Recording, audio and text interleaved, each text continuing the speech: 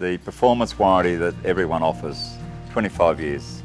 Who's going to prove that your panel's not working in 10 years' time or such like? With a lot of these cheap companies or cheaper panels is good luck in trying to claim them.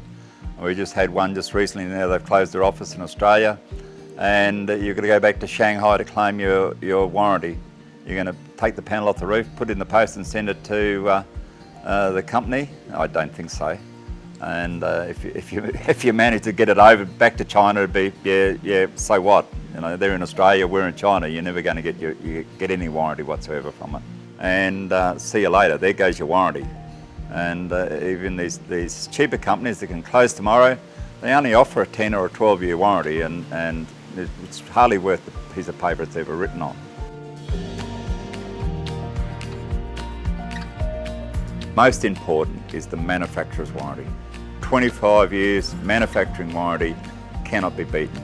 My whole philosophy of the whole thing is putting a good quality system on where I don't have to go back in 6 months' time to replace something. Every time you get in your car to drive from point A to point B, costs you.